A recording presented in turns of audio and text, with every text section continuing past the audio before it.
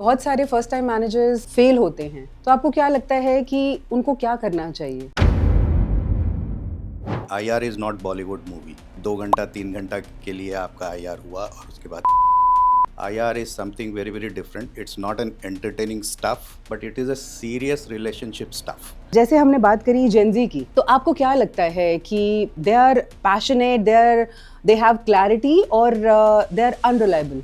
Working conditions was very very tough और normally हम लोग MBA करके ये सोचते हैं कि कहीं ना कहीं हम जाएंगे और ऑफिस में बैठेंगे और पॉलिसी बनाएंगे। Fancy office, Fancy office computer and पे all तो that. काम करना है। That was a big shocker at that particular time. उस कंपनी के अंदर 5 यूनियन थी और जो मेरा एरिया था उसमें अपोजिशन की यूनियन थी और रिकग्नाइज्ड यूनियन जो थी उसका बाकी एरिया में होल्ड था, बट वहाँ पे जो है definitely things were tough and they were not following the I would say the advice of the recognized union. तो उनके followers नहीं थे वो लोग। एक कैंपस था झारखंड में, it was 45 kilometers away from Ranchi, my birthplace. ओहो, रांची से हैं। जी रांची अभी धोनी के शहर से। जी बिल्कुल धोनी साहब ने बहुत अच्छी रांची को पहचान दिला दी, उनके लिए उनका शुक्रिया। हर लीडर की लाइफ में एक ऐसा टाइम आता है जहाँ बहुत कुछ चल रहा होता है और उसे लगता है कि मुझसे नहीं होगा और मुझे छोड़ के भाग जाना चाहिए। तो आपके साथ कभी ऐसा मोमेंट आया? हमने ये देखा है, नॉर्मली आपने भी देखा होगा इंडस्ट्री में, कि HR और IR और यूनियन लीडर ये तीनों बहुत अलग अलग चलते हैं। जैसे आपने कहा कि अगर अलाइन हो जाएं तो शायद मैजिक हो जाए, बट ऐसा क्यों है कि ये तीनों लोग ही अलग चलते हैं? IR वाला कहता है कि HR कोई काम नहीं करता, HR वाला कि IR वाले ही क्या काम करते हैं, और यूनियन लीडर तो कहते ही हैं कि ये तो सिर्फ हमें धमकाने आते हैं, और HR और IR वाले बोलते हैं कि भैया यूनियन लीडर का तो काम ही है स्ट्राइक कराना, उनके पास और कोई धंधा नहीं है। तो क्यों है सर ऐसा, मतलब why? I want to tell कि IR is not Bollywood movie कि 2 घंटा 3 घंटा के लिए आपका IR हुआ और उसके बाद ख़त्म हो गया। IR is something very very different. It's not an entertaining stuff, but it is a serious relationship stuff, I would say. और इंडस्ट्रियल रिलेशन की जब बात करते हैं हम, तो नॉर्मली आप देखेंगे कि जो है कहीं भी हम बात करते हैं या किसी भी पढ़ाई में किसी एक जो पिक्चर इमर्ज होके आती है किसी के भी सामने जी वो ये आती है कि we are talking of legal things, जी we are talking of disputes, we are talking of union management. Union management means always negotiating. जी ये तो बहुत बड़ा आता है सर कि काम क्या है IR का, भाई यूनियन से नेगोशिएट कर लो, बिल्कुल लीगल लीगल चीजें चीजें कर लो, लीगल चीजें एक्शन देख ले लो, हाँ। वार्निंग लेटर इशू कर दो, बस तो ये सारी चीजें तुरंत दिमाग में आती हैं और इसी पे सारे जितने भी MBA कोर्सेज डिज़ाइन किए गए हैं। देखो शॉप फ्लोर की जब बात करते हैं तो मैं तो ये कहूँगा कि मेरे करियर का जन्म ही शॉप फ्लोर में हुआ।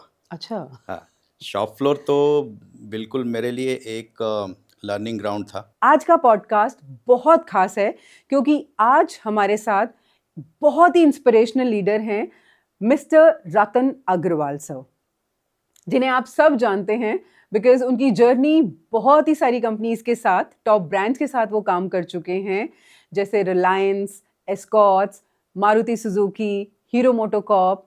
और उनका मानना है कि अगर आपको सक्सेसफुल लीडर बनना है तो आपको टॉप फ्लोर नहीं बनाएगा, शॉप फ्लोर बनाएगा। इसका मतलब अगर आपने एक सक्सेसफुल IR या HR बनना है तो आपको शॉप फ्लोर पे जाना पड़ेगा, आपको फैक्ट्री में जाना पड़ेगा और लोगों से इंटरैक्ट करना पड़ेगा, उन्हें जानना पड़ेगा कि वो क्या चाहते हैं।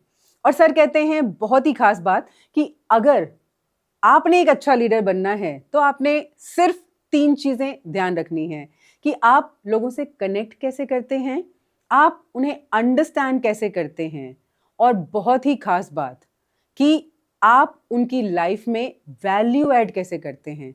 जब आप अपने बारे में ना सोच के दूसरे लोगों के बारे में सोचना शुरू कर देते हैं तो आप एक अच्छे लीडर बन जाते हैं। सो आइए स्वागत करते हैं रतन सर का, जो कि अपनी विजडम से कुछ टिप्स आज हमें देंगे और उनकी जर्नी से हम ये सीखेंगे कि किस तरीके से हम एक अच्छे लीडर बन सकते हैं, क्योंकि वो कहते हैं कि मैं टॉप फ्लोर से नहीं, मैं शॉप फ्लोर से अच्छा इंसान बना हूं। सो आइए स्वागत करते हैं. So welcome Ratan sir. It's my pleasure to have you on my show. As you know that you are one of my mentors. तो आज मैं बहुत ज़्यादा एक्साइटेड हूँ इस कॉन्वर्सेशन के लिए. Thank you Simran, thank you for having me. और आपके नाइस इंट्रोडक्शन के लिए बहुत बहुत धन्यवाद. और आज आपके व्यूअर से बात करेंगे. और मैं आपका पॉडकास्ट देखता हूँ और I am really telling you are doing really well. और बहुत अच्छा लगता है. And the way you are progressing, I am really happy. Sir thank you so much. ये बहुत बड़ी बात है मेरे लिए. अपने मेंटोर से अपनी तारीफ सुनना, इससे ज़्यादा अच्छा कुछ नहीं हो सकता. नहीं मैं बिल्कुल सच कह रहा हूँ. आप बहुत अच्छा कर रहे हो. मैं आपसे ये जानना चाहती हूँ कि आपने कहा कि आपकी शुरुआत शॉप फ्लोर से हुई. तो आपको लगता है कि हर एक आईआर और एचआर एग्जीक्यूटिव को शॉप फ्लोर पे थोड़ा टाइम स्पेंड करना चाहिए? आपकी लर्निंग्स क्या थी उस शॉप फ्लोर से? देखो, अब शॉप फ्लोर की जब बात करते हैं तो मैं तो ये कहूँगा कि मेरे करियर का जन्म ही शॉप फ्लोर में हुआ. अच्छा. हाँ, शॉप फ्लोर तो बिल्कुल मेरे लिए एक लर्निंग ग्राउंड था. जी. और जैसे मुझे वो रोल दिया गया, शुरू में डेफिनेटली मुझे लगा कि मैं कर पाऊंगा कि नहीं कर पाऊंगा. And role was complete. I mean, you are complete HR head of that particular area which comprised of 400 to 500 people. जी. Mostly workmen, some 450 workmen and 50 staff members. जी. And you have to really support them in everything. So most of the time it was industrial relation which was there. और उसके चलते क्या है कि आपको continuously उनके साथ एंगेज करना पड़ता था. जी. सेकेंड एस्पेक्ट ये था कि जितने एचआर ट्रांसफॉर्मेशन के TQM initiatives and small group activities हैं, वो सारे फोरम्स को जो है वहाँ इम्प्लीमेंट करना था. उसके लिए रेजिस्टेंस बहुत ज़्यादा था उन लोगों के बीच में. बट मेन इशू ये था कि भाई उनकी प्रोडक्टिविटी कैसे अप हो और वो कैसे इंगेज करें और किसी भी स्ट्राइकिंग सिचुएशन में पार्टिसिपेट नहीं करें. बिकॉज उस कंपनी के अंदर 5 यूनियन थी. Oh my God. और जो मेरा एरिया था उसमें अपोजिशन की यूनियन थी. और रिकग्नाइज्ड यूनियन जो थी उसका बाकी एरिया में होल्ड था. बट वहाँ पे जो है definitely things were tough and they were not following the I would say the advice of the recognized union. तो उनके followers नहीं थे वो लोग. तो सर आपने कहा 5 यूनियन थी, तो आपकी स्टार्टिंग 5 यूनियन के साथ हुई है. 5 यूनियन के तो साथ मैं चाहूंगी कि आप कुछ 4-5 टिप्स बताएं कि यूनियन को कैसे हैंडल करना चाहिए. What is the ideal way to handle union या एम्प्लॉय? देखिए, यूनियन को हैंडल करने का कोई एक मैजिक फॉर्मूला नहीं है. Everybody is human being. Right. सभी ह्यूमन बीइंग हैं. जी. लेकिन आज मैं ये कह सकता हूँ कि यूनियन के अंदर बहुत सी ऐसी खासियत है और बहुत सारे एचआर मैनेजर्स को उनसे सीखना चाहिए कि how they connect with their people, how they really influence. जी. हमारे एक मेंटोर थे रिलायंस में, वो ये कहा करते थे कि अगर आपने एक एरिया में कोई अच्छा एचआर मैनेजर लेना तो कोई यूनियन लीडर को ला करके वहाँ बैठा दो. क्या बात कर रहे हो? हाँ, वो कहते थे उसको एचआर रोल दे दो. अच्छा. और ऐसा हमने इंडस्ट्री में होते हुए देखा है. और आपको भी पता है. I know. एचआर वाले मानेंगे नहीं. But yes. बट आप ऐसा क्यों कहते हैं कि यूनियन लीडर ज्यादा अच्छा एचआर बन सकता है? What is the reason? देखिए, हम सबको ये सोचने की बात है कि जब हम इंडस्ट्रियल रिलेशन की बात करते हैं तो एज ए मैनेजर हम खाली इंडस्ट्रियल डिस्प्यूट्स के तरफ ओरिएंट होते हैं. हम वही पढ़ाई करके आते हैं. जी. एक जो सबसे इम्पॉर्टेंट चीज़ है, कनेक्टिंग विद पीपल. कैसे लोगों के साथ कनेक्ट करना है, कैसे उनको इन्फ्लुएंस करना है, कैसे उनके साथ रिलेशनशिप बिल्ड करना है, कैसे उनको अलाइन करना है विद द ओवरऑल ऑब्जेक्टिव, और कैसे उनके साथ ज़रूरत के समय खड़ा रहना है. ये सारी चीज़ें हमें सिखाई नहीं जाती. एक्चुअली कोई नहीं किसी भी पढ़ाई में कोई नहीं सिखाता. और ऐसे समय में क्या होता है कि जब आप इस गैप को यूनियन लीडर भरता है. आप सैलरी दे रहे हैं, आप नौकरी दे रहे हैं, आप फैमिली सारी वेलफेयर स्कीम चला रहे हैं, आप हर कुछ कर रहे हैं, लेकिन सुन रहा है वो किसी और की. राइट. वो क्या करते हैं? वो यही 4-5 चीज़ें करते हैं. कनेक्ट हो गया, केयर हो गया आपकी जो है उसके, जब भी उसको पता है कि अगर मेरे साथ कोई इशू हो गया तो ये बंदा मेरे साथ आके खड़ा होगा. वो सिक्योरिटी देते हैं कि वो मेरा security यूनियन देते लीडर हैं। खड़ा है, वो मेरे साथ गलत नहीं होने वो देगा। मेरे साथ गलत होने नहीं देगा। हम्म, सो कहीं ना कहीं हमें ये चीज़ उनसे सीखनी चाहिए, और ये चीज़ अगर हम अपने यहाँ अपने लोगों के साथ इसी तरह का कनेक्ट बिल्ड करें, जी definitely I am not saying कि कोई ओवरलैपिंग हो यूनियन के साथ, अगर यूनियन है तो। जी जी जी जिन कंपनियों में यूनियन है, ओवरलैपिंग ना हो, साथ साथ मिल के चलें एज ए पार्टनर। जी। हम भी कनेक्ट करें, वो भी कनेक्ट करें, और मिल करके करें। जहाँ पे यूनियन नहीं है, वहाँ पे ये रोल पूरी तरीके से एचआर मैनेजर्स को करना चाहिए। राइट, बट सर हमने ये देखा है, नॉर्मली आपने भी देखा होगा इंडस्ट्री में, कि एचआर और आईआर और यूनियन लीडर ये तीनों बहुत अलग अलग चलते हैं। जैसे आपने कहा कि अगर अलाइन हो जाएं तो शायद मैजिक हो जाए, बट ऐसा क्यों है कि ये तीनों लोग ही अलग चलते हैं? आईआर वाला कहता है कि एचआर कोई काम नहीं करता, एचआर वाला कि आईआर वाले ही क्या काम करते हैं, और यूनियन लीडर तो कहते ही हैं कि ये तो सिर्फ हमें धमकाने आते हैं, और एचआर और आईआर वाले बोलते हैं कि भैया यूनियन लीडर का तो काम ही है स्ट्राइक कराना, उनके पास और कोई धंधा नहीं है। तो क्यों है सर ऐसा, मतलब why? It's a see, it's a power of it's a struggle. It's a power struggle, you can say. Okay. Basically, कि इसमें होता क्या है कि लोगों को ये लगता है कि कहीं ना कहीं हमें एक सेंस ऑफ इम्पोर्टेंस मिलनी चाहिए वर्क प्लेस के ऊपर, ठीक है।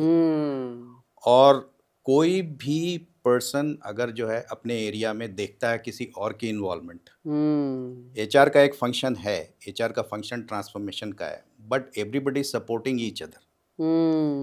कहीं ना कहीं ऑर्गेनाइजेशन के अंदर ये कल्चर बिल्ड करना चाहिए, और it will flow from top. जैसा वो अपने टॉप लीडरशिप को देखेंगे वैसा वो बिहेव करेंगे। I agree. ठीक है, तो अगर हम ये कल्चर बिल्ड करते हैं कि हम खुद अपने कॉलीग्स के साथ, अगर हम टॉप फ्लोर में हैं तो हम अपने कॉलीग्स के साथ अगर जो है उसी तरह से बिहेव करते हैं, और पूरी तरीके से हमारा कनेक्ट है, हमारी पार्टनरशिप है, और हम हर इशू में साथ साथ काम करते हैं, same thing will flow downwards and people will partner with each other. तो ये बहुत ज़रूरी है। तो कहीं ना कहीं people feel threatened because of the presence of various functions, and उनको लगता है कि कहीं हमारी सेंस ऑफ इम्पोर्टेंस ख़त्म ना हो जाए।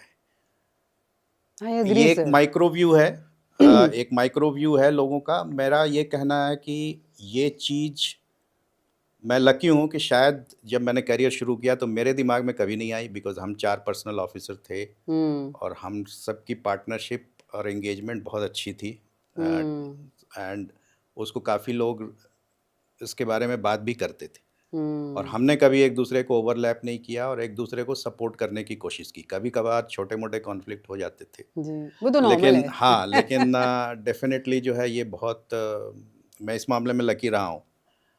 दूसरी चीज़ ये है कि डेफिनेटली एचआर का जो एचआर एंड एचआरडी का जो training and development and then HR transformation का सारा जॉब है, या टीक्यूएम प्रैक्टिसेस इम्प्लीमेंट करने का है, अगर जो है वो उस फंक्शन के लोग मैच्योर्ड एनफ हैं, so they will be able to execute nicely, influence भी लोगों को पार्टनर बना के। So you need lots of patience.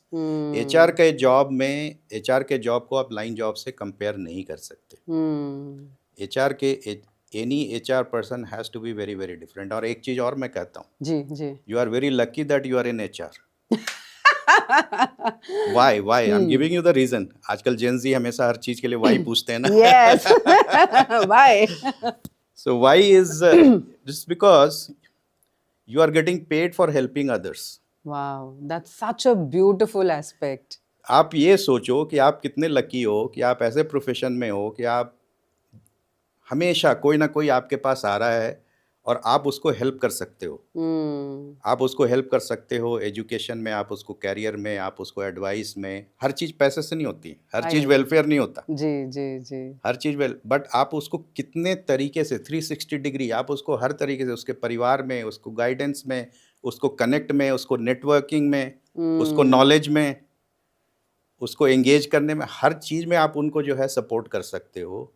सो एक तरह से मैं ये कहूँगा कि भगवान ने आपको चुना है कि आप एचआर में हो, और उसका ऑनर करो उस एचआर डेजिग्नेशन का। जी। तो रतन सर, मुझे एक और चीज़ बताइए। जैसे आपने कहा कि सबको एक्चुअली दे हैव फियर कि मेरी जॉब ना चली जाए। आईआर को ये रहता है कि अगर एचआर का ज़्यादा इन्वॉल्वमेंट हुआ तो मेरी पावर चली जाएगी, और सेम आई थिंक ये तीनों कैटेगरीज में सेम ही होता है, बट हमें कोई सिखाता नहीं, जैसे आपने मुझे कहा। तो ये जो हमारे मैनेजर्स होते हैं, फर्स्ट टाइम मैनेजर्स, बिकॉज आप एक लेवल से ऊपर आते हो, अभी तक आपका जो दिमाग है वो सिर्फ एज अ फॉलोअर है कि जो मेरे बॉस ने कह दिया मैंने एग्जीक्यूट कर लिया। बट जैसे ही आप एक मैनेजर बनते हैं तो आपके ऊपर बहुत सारी रिस्पॉन्सिबिलिटीज आ जाती हैं। तो मैं चाहती हूँ कि आप अपने पिटारे से, जब आप पहली बार मैनेजर बने थे तो वो क्या प्रेशर होता है पहली बार मैनेजर बनने का, और क्या एडवाइस देंगे आप उन लोगों को जो अब फर्स्ट टाइम मैनेजर बन रहे हैं, क्योंकि आप तो बन चुके हैं। नहीं, आप मुझे बहुत पीछे ले जा रहे हो, तो मैं डेफिनेटली मैं सोचता हूँ कि कौन से इंसिडेंट को यहाँ बताना सही रहेगा। जी देखो, जब मैंने करियर स्टार्ट किया था तो कुछ ऐसी चीज़ें हुई जो मैंने सोचा नहीं था। जी एक दो चीज़ें तो ऐसी हैं कि मेरे को मेंटर्स बहुत अच्छे मिले थे। जी हमारे दोनों मेंटर्स, एक इमीडिएट बॉस थे जो ऑलमोस्ट सेम एज के थे, and he was MTech in HRD from IIT Kharagpur, and बहुत ही आप कहोगे कि जो है उन्होंने बहुत काम किया था, और हम लोगों को डेवलप करने में भी उनका बहुत हाथ है। तो फर्स्ट टाइम मैनेजर की अगर मैं बात करूं तो मैं आपको ये बताऊं, जब मैंने फर्स्ट जॉब चेंज किया था, जी डेफिनेटली मेरा फास्ट ग्रोथ तो फर्स्ट कंपनी में हुआ था, but I was deputy head of the department जी when I left. When I became HR head in the next company just after 5 years of my career wow in Britannia Gwalior, and Gwalior was not a very easy place to work with, because वो चंबल का area और उधर से सारी चीज़ें थी। But anyway, I mean I really enjoyed my stint at Gwalior. तो वहाँ पे जब मैं हुआ तो अचानक से once you become departmental head in HR, आप सडनली रियलाइज करते हो कि आप कंपनी को रिप्रेजेंट कर रहे हो to outside environment, and you are face of the company. So आपकी मेच्योरिटी लेवल उस लेवल की होनी चाहिए, as if you are the company, and suddenly you are found wanting. You have to meet big people, and you have to address all the issues. Union आपके पास एक expectation से आती है कि आपको डिसीजन चाहिए, आप डिसीजन लेने के कैपेबल हो या नहीं हो, उस समय आपको पता चलता है। मैनेजमेंट आपसे एडवाइस एक्सपेक्ट करती है क्रिटिकल सिचुएशंस में, उसमें आपको पता लगता है कि आपकी स्ट्रेटजिक कैपेबिलिटीज़ कितनी हैं, एग्जीक्यूशन कैपेबिलिटी भी पता लगती है। उसके अलावा जब आप जाते हो डिफरेंट फोरम्स में, कंपनी के लीगल केसेस हैं, गवर्नमेंट लाइजनिंग है, सारी जगह जाते हो, आपको इनवाइट किया जाता है उस शहर में बहुत सारी जगह as a chief guest. Suddenly you realize you are in a different planet actually, and उस समय you need a very very matured and I would say a mentor who can really hold your hand, and you can really guide you in that particular phase. And I got that mentor in Britannia, definitely, so that really helped me. But sir आप lucky थे कि आपकी hand holding के लिए आपके mentors थे, but बहुत सारे फर्स्ट टाइम मैनेजर्स फेल होते हैं, तो आपको क्या लगता है कि उनको क्या करना चाहिए? नहीं, आई वुड नॉट से कि भाई मेंटर्स किसी के पास नहीं होता, मेंटर्स सबके पास होते हैं। ओके और कोई आपको स्पून फीड नहीं करेगा, स्ट्रगल तो आपकी है। ओके आप ये सोचें कि मेंटर मिल गया और आपका काम हो गया, नहीं होगा। अच्छा मेंटर आपसे हफ्ते में एक बार मिलेंगे, महीने में एक बार मिलेंगे, एक चीज़ बताएंगे, कहीं आप जहाँ बिल्कुल कुछ नहीं कर पा रहे हो वहाँ हेल्प कर दिया, आपको एडवाइस कर दिया। लड़ाई आपको खुद लड़नी है। ओके आपको ये समझना है कि क्या एक्सपेक्टेशन है और उस एक्सपेक्टेशन को कैसे फुलफिल करना है। तो वो एक रिगर है जिसमें आपको थोड़ा स्ट्रेच करना पड़ेगा, खुद उसके ऊपर काम करना पड़ेगा, खुद रिलेशनशिप बिल्ड करनी पड़ेगी, खुद मैच्योरिटी अंदर लाने के लिए बहुत सारी चीज़ें हैं। आज के समय में तो पॉडकास्ट अवेलेबल है, आज के समय में पूरी इंटरनेट अवेलेबल है, हमारे टाइम में वो नहीं था। इतने सारे इन्फॉर्मेशन नहीं थे। तो आज के दिन में इट इज़ क्वाइट ईजी। उस समय हम लोगों ने काफ़ी मेहनत की, काफ़ी सोचा, काफ़ी लोगों से बात की। अपनी फैमिली में काफ़ी लोग हैं जो सक्सेसफुल प्रोफेशनल थे। मेरे father in law retired IAS थे, उनसे भी बात की मैंने कई बार ऐसे सोचा कि मेरी मदर ऐसी सिचुएशन में क्या करती, उनको मैं बहुत उनसे इंस्पायर्ड हूँ बहुत सारी। तो मेरी मदर ऐसी सिचुएशन में, she is one of the most emotionally stable person I have seen. Wow. तो ऐसी सिचुएशन में वो क्या करती, कैसे फैमिली में टैकल करती। तो अगर आप अपने वर्क प्लेस को एक फैमिली की तरह लें और अपने लाइफ सिचुएशन से कोई एग्जाम्पल लेकर के खुद सीखने की कोशिश करें तो काम आसान हो जाता है। बट सर, जैसे आपने कहा लर्निंग, आप ओपन थे लर्निंग के लिए, बट मैंने देखा है कि कई मैनेजर्स होते हैं, जैसे ही प्रमोशन मिलती है एक मैं आ जाती है कि मुझे प्रमोट किया गया है, सो मैं बढ़िया हूं, अब मुझे लर्निंग नहीं चाहिए, आई एम परफेक्ट। तो क्या कहेंगे आप ऐसे ये परफेक्ट सिंड्रोम के लिए, जब मैं आ जाए तो किसी में? देखिए, मैं जिस दिन आ गया उस दिन से आपका डाउनफॉल शुरू है। उस दिन से आप समझिए कि जहां आप पहुंचे हैं या तो वहीं रह जाएंगे या फिर वहां से नीचे उतरना शुरू कर देंगे। क्योंकि मैं जो है प्लेस है वो आपको अकेला कर देगा जी। जब आप हम की तरफ मूव होंगे। तब आप जो है डेफिनेटली पाएंगे कि आप जो चाहते हैं वो कर पा रहे हैं, आप कंट्रीब्यूट कर पा रहे हैं। मैं एक सिंपल सा एग्जांपल देता हूँ। कॉलेज से एक MBA ग्रेजुएट निकलता है जी। वो आता है, he has learned many things and he is bubbling with energy, confidence and everything. Gen Z की भी बात करें तो जी। जी। वो अंदर आए, आने के बाद उनको लगता है कि हम सब कुछ ट्रांसफॉर्म कर देंगे, we know everything and we will do it, and they start applying their knowledge whatever they have learned in the factory setup or the company setup, wherever they work, workplace में जब वो करना शुरू करते हैं, result तुरंत नहीं मिलता। कितनी बार फेल होना पड़ता है उनको। एक्सपेक्टेशंस बहुत हाई होती है दोनों इसीलिए तो तरफ आजकल से। सारी बड़ी स्कीम क्यों होता है वो, बिकॉज आपने अभी लाइफ स्किल सीखनी है, आपने रिलेशनशिप बिल्डिंग सीखनी है, आपने इमोशनल स्किल्स सीखनी है, right. Intelligence can be artificial, but emotional quotient is real. How important is emotional quotient as per you? Emotional quotient is very, very important. Actually, it is a success parameter. If you want to succeed in life, you want to achieve success in your corporate career, unless you are emotionally, your EQ is high, you won't reach to the leadership level. कितने लोगों ने ये एक speech सुनी थी मैंने Anna Hazare movement के time में, अन्ना हजारे जी की। जी। उन्होंने ये कहा कि लीडर वही हो सकता है जिसमें अपमान सहने की ताकत हो। How beautiful statement it is. वो जब उन्होंने कहा तो वो मेरे दिमाग में एकदम से, मैंने कहा कितने सिंप्लीफाइड वर्जन में इन्होंने बता दिया कि आप में अगर वो कैपेबिलिटी है कि हर एडवर्स सिचुएशन को, एडवर्स रिएक्शंस को, एडवर्स एनवायरनमेंट को, और हर चीज़ जब आपके अगेंस्ट में है उस समय भी आप खड़े हुए हो और अपने लोगों के साथ खड़े हो और अपने लोगों को जो है शेल्टर कर रहे हो, तो आप लीडर हो। तो सर, जैसे आपने कहा कि अपमान सहन करने की शक्ति हो, बट हमें तो ये सिखाया गया है कि कोई भी आपका अपमान करे तो इंस्टेंटली रिएक्ट करो या तो उसको ख़त्म कर दो, डिमिनिश कर दो। तो आज के लीडर्स वही कर रहे हैं। देखो, दो वर्ड होते हैं, अपमान और स्वमान। ये अपमान, मतलब देखो, अपमान की मुझे ऐसा लगता है सर कि अपमान की डेफिनेशन भी बहुत अलग अलग है। शायद एक चीज़ आपके लिए अपमान हो, मेरे लिए अपमान ना हो। तो आपकी डेफिनेशन क्या है अपमान? देखिए, मेरा ये मानना है कि अपमान आपका तब तक कोई नहीं कर सकता जब तक खुद आप अपने आप में अपमानित महसूस न करें या खुद आप अपना अपमान न करें। ओके। बाहर से कोई किसी ने क्या रिस्पॉन्स दिया, क्या रिएक्शन किया, उस रिएक्शन को आप कैसे लेते हो ये आपके ऊपर है।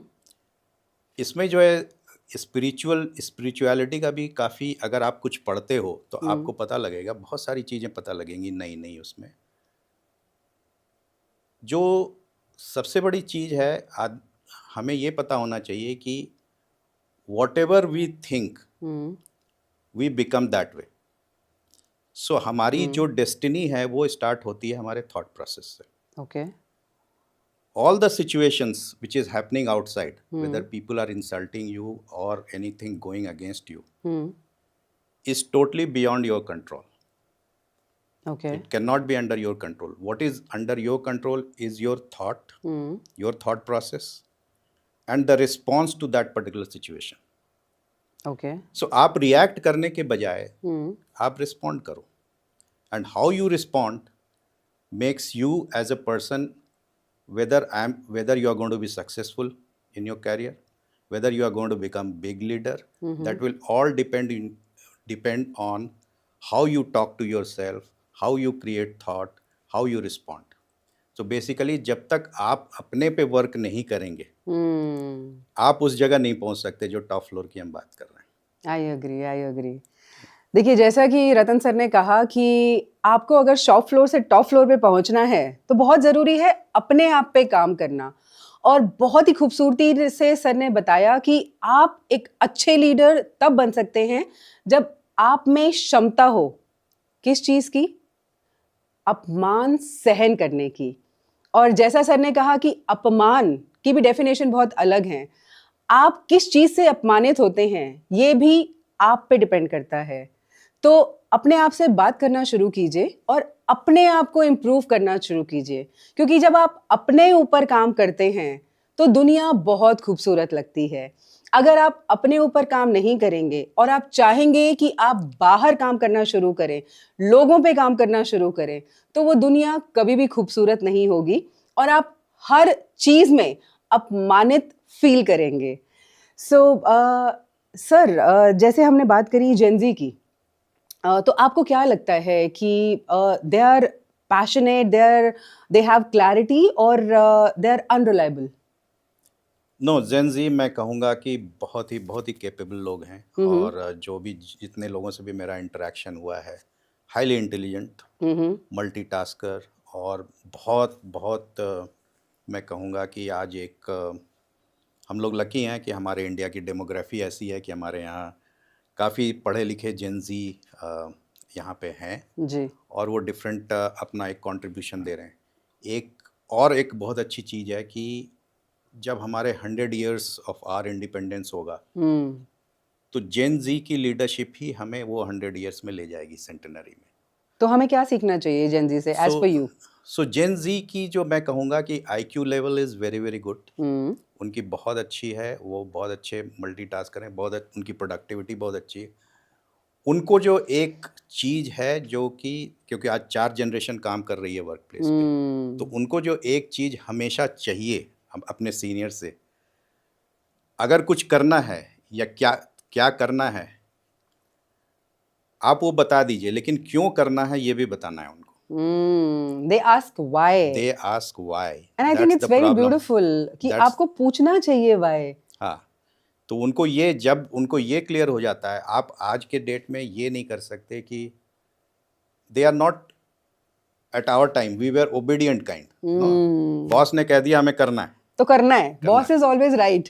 आई थिंक वो डेफिनेशन चेंज हो रही है that boss is not always right, but मेरा वाई क्लियर होना बहुत जरूरी है। वाई क्लियर, जब तक उनको वाई क्लियर होता है they really work very very hard. एक चीज जो उन पे काम करना, जैसे हमने इमोशनल क्वोशंट के ऊपर बात की, इस इमोशनल क्वोशंट पे उनको काम करना होगा, बिकॉज इस जनरेशन के अंदर जितने भी जेन जी आए हैं उनके पेरेंट्स ने उनको अपने पेरेंट्स को थैंक देना चाहिए, बिकॉज उनके पेरेंट्स ने अपने पेरेंट्स को भी संभाला, इनको भी संभाला without any expectation. I agree. तो नॉर्मली इसको सैंडविच जनरेशन कहा जाता है। I like the name. Yes, so उनको अपने पेरेंट्स से सीखना चाहिए about emotional quotient, that is one. Second is उन्हें एक स्टडी करनी चाहिए पूरे इंडिया के कैसे इंडिपेंडेंस मिली, इंडस्ट्रियलाइजेशन कैसे हुआ, और जिस फील्ड में भी जाना चाहते हैं उसके बारे में पूरी स्टडी करें कि हमारी हिस्ट्री क्या रही है। हमारी कंट्री ने बहुत बड़े बड़े लीडर्स दिए हैं, great leaders, and they have done very good at their own times. जो इंडस्ट्रियलाइजेशन प्रोसेस शुरू हुआ, कहाँ से हमारे पब्लिक सेक्टर्स आए, उसके बाद ऑटोमोटिव रिवोल्यूशन हुआ 84 में, जब उस समय की देन गवर्नमेंट उन्होंने जो है टाई अप किया सुजुकी से, एक बहुत बड़ा रिवोल्यूशन हुआ। हीरो मोटोकॉप 2 व्हीलर होंडा के साथ कोलैबोरेशन हुआ, बहुत बड़ा इकोसिस्टम हुआ। हमारी इकोनॉमी ओपन हुई। इनफैक्ट मुझे गुजरात मॉडल आप देखिए, वहाँ पे कितनी इंडस्ट्रियलाइजेशन हुई। Gujarat why I am saying is because we have a personal experience. हमारे मारुति में मैं जब था तो वहाँ सुजुकी का भी प्लांट लगा था जी। और फिर हीरो में मैं गया तो हीरो का भी जो है प्लांट गुजरात में लगा था। जी, Gujarat is a hub. Yes, तो वहाँ पे कैसे वहाँ के चीफ मिनिस्टर ने, जो कि आज हमारे प्राइम मिनिस्टर हैं, जी। उन्होंने कैसे पिच किया, कैसे किया, वो सारी स्टोरीज हमें पता है। हम्म। उन्होंने कितनी मेहनत की उस इंडस्ट्री को लाने के लिए। तो ये सारी चीज़ें डिफरेंट पीरियड ऑफ टाइम में जिन जिन लोगों का कंट्रीब्यूशन है वो सब पता होना चाहिए हमारे जेन जी को। Plus they should also study the industrialists. जो हमारे इंडस्ट्रियलिस्ट हैं, हमारे एचपी नंदा साहब हैं, हमारे मिस्टर ब्रिज मोहन लाल मुंजाल हैं, he is very inspirational. Osamu Suzuki, he was a teacher ji. And the way he has created that empire. Then उसके बाद वो सारी तो वो कैसे किन हालात में आए, कई लोग बाहर से पार्टीशन पे आए, उन्होंने आके इतना बड़ा एम्पायर खड़ा किया, कैसे खड़ा किया, कुछ तो होगा उनमें। I am sure.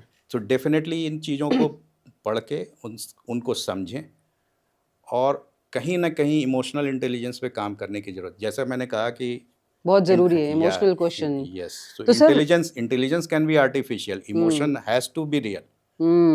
Very beautiful sir. तो सर मैं ये चाहूंगी कि बिकॉज आप हर सेगमेंट में रह चुके हैं, तो मैं चाहूंगी कि एक अच्छा एचआर कैसे बन सकते हैं 5 टिप्स, एक अच्छा आईआर कैसे बन सकते हैं 5 टिप्स, और शॉप फ्लोर से टॉप फ्लोर पे कैसे जा सकते हैं 5 टिप्स। देखिए 5 टिप्स अलग अलग तो मैं कैसे कहूँ, लेकिन मैं एक साथ दे दीजिए। एक साथ। मैं तो यही कहूँगा, देखिए कोई भी एम्प्लॉय किसी कंपनी में आता है तो वो 3 चीज़ें देखता है जी। Career, compensation and culture. Okay. As an HR and IR professional अगर आपने इन 3 चीज़ों का ध्यान रखा तो आपका एम्प्लॉय हमेशा हाई परफॉर्मिंग एम्प्लॉय रहेगा। ओके। आपने उसके कैरियर पे ध्यान दिया, आपने उसके कॉम्पेंसेशन पे टाइम टू टाइम ध्यान दिया, ठीक है, आपने एक culture of rewarding and culture of performance build किया और उसके लिए उसको सपोर्ट किया जी, एंड इसको कंटिन्यूसली रिन्यू करते गए। ठीक है। ठीक है ना।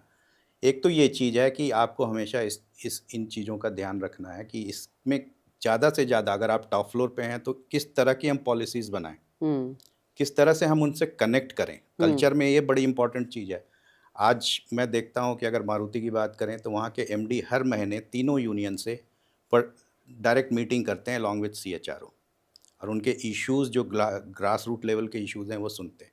हीरो मोटोकॉर्प की बात करें तो वहाँ के चेयरमैन 100% एम्प्लॉयज़ के साथ हर 6 मंथ्स पे उनसे कनेक्ट करते हैं, उनसे कनेक्ट करते हैं ओवर द डिजिटल मीडियम, उनको एड्रेस करते हैं, कोई क्वेश्चन आता है तो उसको भी आंसर करते हैं जी। तो इस तरह के टाउन हॉल्स, इस तरह के ओपन हाउसेज, इस तरह के फोरम्स, ये सारी जो सिस्टम्स हैं वो क्रिएट करने पड़ेंगे जिससे उनका कनेक्ट हमारे से बन सके। ओके। बट अगर पर्सनल लेवल पे आप पूछें तो मुझे ये मालूम है कि अगर किसी को भी रिलेशनशिप बिल्ड करना है तो ये 3 चीज़ें अपने दिमाग में आप स्टोर कर लीजिए, चाहे वो टॉप फ्लोर पे है, शॉप फ्लोर पे है, जेनजी है। 3 चीज़ें आप ध्यान रखें जी। हर आदमी आपसे क्या चाहता है रिलेशनशिप में। पहली चीज़ है कि लिसनिंग। जी। सो आप कई बार आपने सुना होगा कभी 2 लोगों के बीच झगड़ा हो जाता है तो पहली चीज़ वाइफ हस्बैंड का भी झगड़ा होता है तो क्या वन पर्सन से do you even listen to me, सुनते नहीं हो। ये इंसान सुनता नहीं है। Do you even listen. Next क्या होता है लिसनिंग के बाद अंडरस्टैंडिंग। सो एक बार आपने किसी को सुना, you understand his point of view, listening and understanding. So do you even understand. So once you listen, sometimes people complain do you even understand. So listening के बाद अंडरस्टैंड किसी को करना जरूरी है। And then the third is accepting the other person. Very important. So if you accept the other person, जब उस बंदे को आपने अपना बना लिया तो वो आपका हो गया। और अगर आप सोचें कि आप कंपनी छोड़ दें और वो आपका अपना नहीं है, ऐसा नहीं होता है। Relationship continues forever. Career can end, relationship continues. Wow. So that will continues. तो आप ये सोचें जिस समय अगर आप लिसन, अंडरस्टैंड एंड एक्सेप्टेंस का अगर आप फॉर्मूला अपने पास रखें, आप दुनिया की कोई प्रॉब्लम सॉल्व कर सकते हैं बिटवीन 2 इंडिविजुअल्स, 2 ऑर्गेनाइजेशंस, 2 नेशंस। बहुत बहुत बहुत ही खूबसूरत बात कही सर आपने, बिकॉज मैंने भी अपने करियर में देखा है कि लोग सुनते नहीं हैं, they don't listen, they just hair.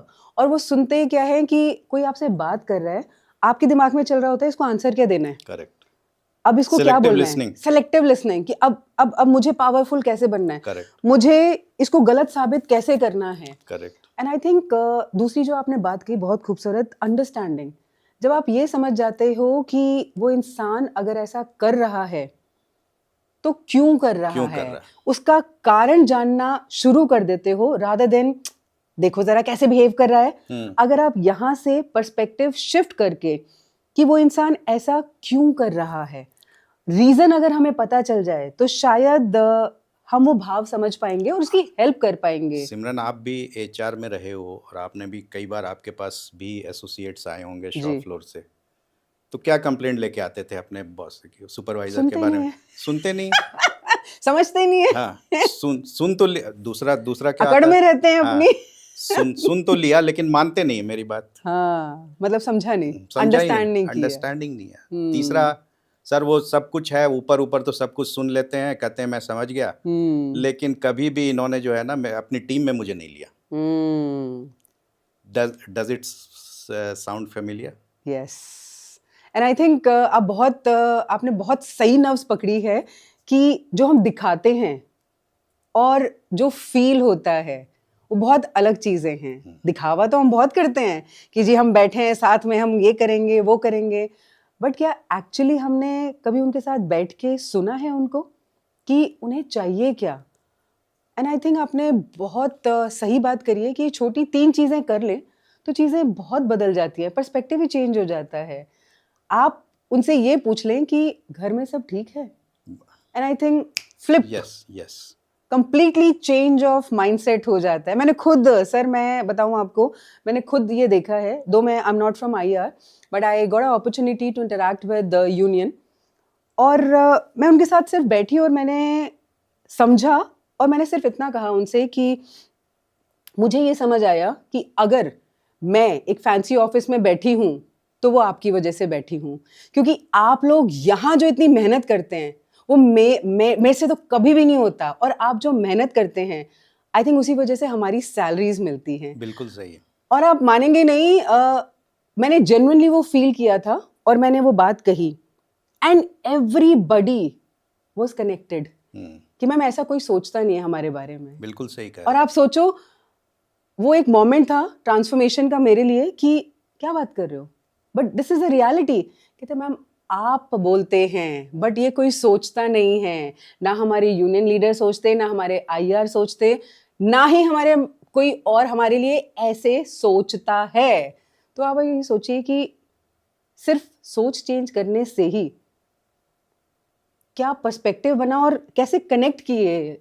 हाँ, बिल्कुल बिल्कुल, ये बिल्कुल रियलिटी है, इसमें कहीं कोई जो भी आपने कहा ये केवल बात नहीं, ये एक्चुअली सच है। It is. आप जैसे अभी मैंने, आपको पता होगा, मैंने एक छोटा सा अपना पर्सनल प्रोजेक्ट अभी किया after living my active corporate career, जी, एंड उसमें जो हमारे 2 साल का प्रोजेक्ट था और उसमें जो हमारे जो भी एसोसिएट्स थे जो उन्होंने काम किया, I really felt you know कि इतना ग्रैटिट्यूड मेरे अंदर आया है उनके लिए, क्योंकि इतनी बड़ी चीज़ उन्होंने खड़ी कर दी 2 साल के अंदर। और तब मैंने फ़ील किया कि ये कितने इम्पॉर्टेंट है, जो कि हम ऑलरेडी शॉप फ्लोर पे फील करते थे, बट चूंकि मैनेजमेंट के पॉइंट ऑफ व्यू से बहुत सारी चीज़ें हमें करनी पड़ती थी। Now you have a free mind and you are concentrating on your own project, तो और भी ज़्यादा ग्रैटिट्यूड उनके लिए एक आता है। तो ये बात बिल्कुल सच है जो आप कह रही हैं, और इसमें कहीं ना कहीं अगर हम लोग सब लोग ये फील करने लगे हैं, और इसमें एक चीज़ मैं आपको बताऊं, हमारी जितनी भी पढ़ाई है जी,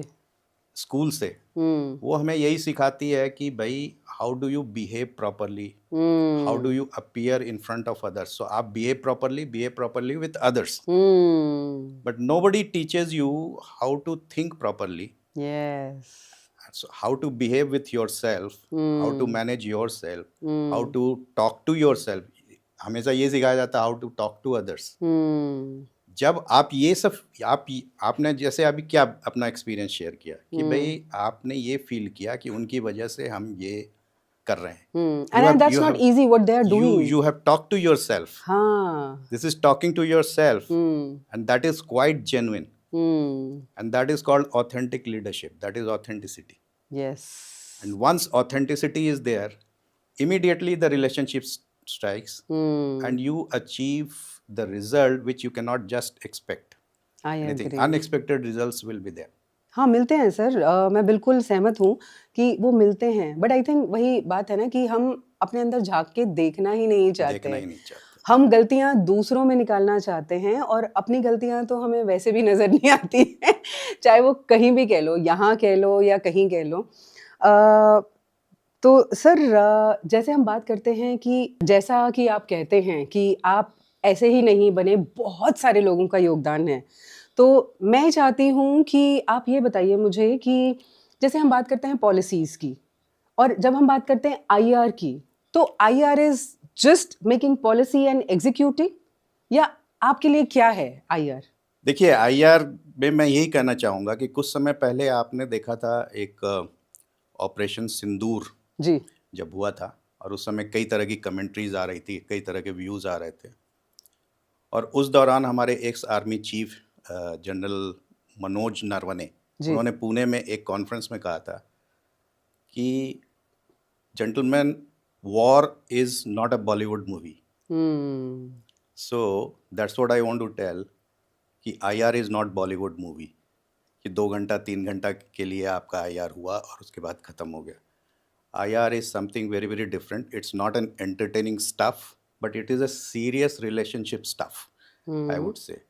और इंडस्ट्रियल रिलेशन की जब बात करते हैं हम, तो नॉर्मली आप देखेंगे कि जो है, कहीं भी हम बात करते हैं या किसी भी पढ़ाई में, किसी एक जो पिक्चर इमर्ज होके आती है किसी के भी सामने जी. वो ये आती है कि we are talking of legal things, जी. We are talking of disputes, we are talking of union management. Union management means always negotiating. जी. ये तो बहुत बड़ा आता है सर कि काम क्या है आईआर का, भाई यूनियन से नेगोशिएट कर लो, बिल्कुल, रिन्यू करा लो, लीगल चीजें एक्शन ले लो, वार्निंग लेटर इशू कर दो, बस. तो ये सारी चीज़ें तुरंत दिमाग में आती हैं. और इसी पे सारे जितने भी एमबीए कोर्सेज डिज़ाइन किए गए हैं, इन्हीं टॉपिक्स के ऊपर किए गए. और इन्हीं टॉपिक्स को लेकर के जब पहली बार मेरी कैंपस प्लेसमेंट हुई और जब मैं गया way back in 1989 when I joined a company called Usha Martin Industries Limited. They are giants in wire ropes. तो उनका एक स्टील प्लांट था जो उन्होंने टेक ओवर किया था बिरला से जी. तो वहाँ पे मेरी पोस्टिंग थी, and they were doing lot of HR transformation stuff. Okay. So they had made some structural changes in HR.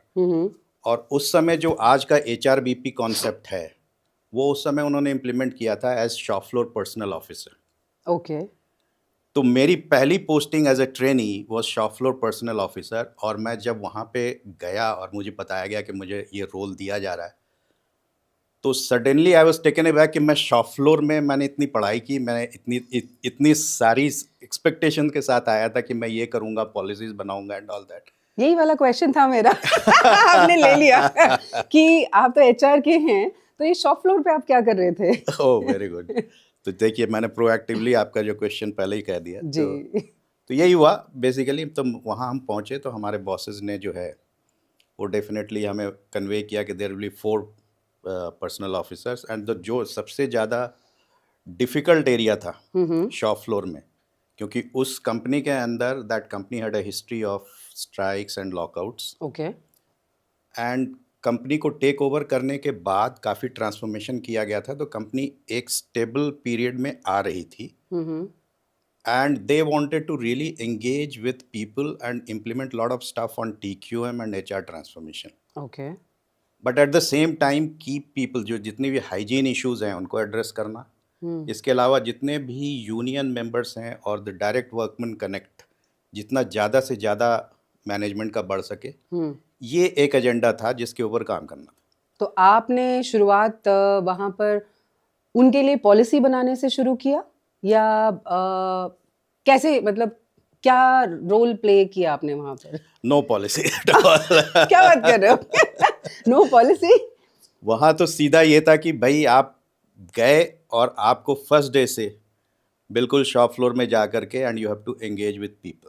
अच्छा। हाँ, that was not, I mean the idea was, the target was कि 3 महीने के अंदर you should be knowing each and everybody's name, their family members, okay. और उसके बाद उनके साथ आप कनेक्ट करके और कितनी जल्दी आप अपनी रिलेशनशिप बिल्ड कर सकते हो। And that area was steel melting shop, 2 बड़े-बड़े इलेक्ट्रिक आर्क फर्नेस थे 35 टन के, और हीट, डस्ट एंड फ्यूम से भरा हुआ पूरा एरिया था। Though, I mean there were measures, pollution के लिए, पॉल्यूटेंट्स के लिए सारे मेजर्स थे, but working conditions was very very tough. और नॉर्मली हम लोग एमबीए करके ये सोचते हैं कि कहीं ना कहीं हम जाएंगे और ऑफिस में बैठेंगे और पॉलिसी बनाएंगे, fancy office, Fancy office computer and पे ही तो all काम that. करना है। And that was a big shocker at that particular time. And हमारी सीट्स डेफिनेटली एचआर डिपार्टमेंट में थी, but my boss used to check at 9 o'clock because we are suppose to go to the shop floor at 9 o'clock। वहाँ जा करके हमें जो है कम से कम 3 से 4 घंटे बिताने होते थे, करीब 12 बजे तक। अच्छा। और वहाँ पे जितनी भी हमारी मीटिंग्स होती थी या जो कुछ भी वहाँ से फीडबैक होता था, वो हमें बॉस को अपने जो भी मैनेजर थे उनको कलेक्ट करके बताना होता था। And then again have lunch and then again go for 2 hours in the second half. Okay. ये हमारा स्टार्टिंग असाइनमेंट था। So this is how it is, and it started like that. And एक campus था झारखंड में, it was 45 kilometres away from Ranchi, my birth place. ओहो, रांची से हैं। जी रांची अभी धोनी के शहर से। जी बिल्कुल धोनी साहब ने बहुत अच्छी रांची को पहचान दिला दी, उनके लिए उनका शुक्रिया। और उन्होंने बहुत अच्छी मूवी बनाई है, तो मैं भी 5-6 साल क्रिकेट खेला हूँ। अच्छा। हाँ, वाह। तो उनकी मूवी देख करके कई सारी चीज़ों से मैं इको कर रहा था, मेरे सेंटिमेंट्स इको कर रहे थे, रिलेट कर रहे थे काफ़ी चीज़ें से। Very beautiful. तो ये सारी चीज़ें भी तो हम कभी ये नहीं सोच पाए थे कि हमारे लाइफ टाइम में रांची में कभी भी क्रिकेट स्टेडियम होगा जिसमें इंटरनेशनल मैचेस होंगे। अच्छा। रांची से कोई इंटरनेशनल प्लेयर मिलेगा जो इंडिया को रिप्रेजेंट करेगा और इतना बड़ा प्लेयर होगा। सो हमारे लिए तो एक बहुत बड़ी आप कहें एक ड्रीम कम ट्रू वाला एक स्टेज जो हम कभी सोचते थे, फील करते थे कि यहाँ से कोई जाए, वो चीज़ हुई है। तो हमारे लिए उनको आपके पॉडकास्ट के माध्यम से उनको बहुत बहुत धन्यवाद। The way he has come up. बहुत मज़ा आया आपके साथ बात करके, और आपने जो विजडम अपनी शेयर की बहुत ही ब्यूटीफुल तरीके से, आपने वो चीज़ों को बहुत आसान वे में हमें समझा दिया। सो बहुत बहुत शुक्रिया सर हमारे शो पे आने का, and I am absolutely honoured again to have you on my show. Thank you so much. Thank you very much.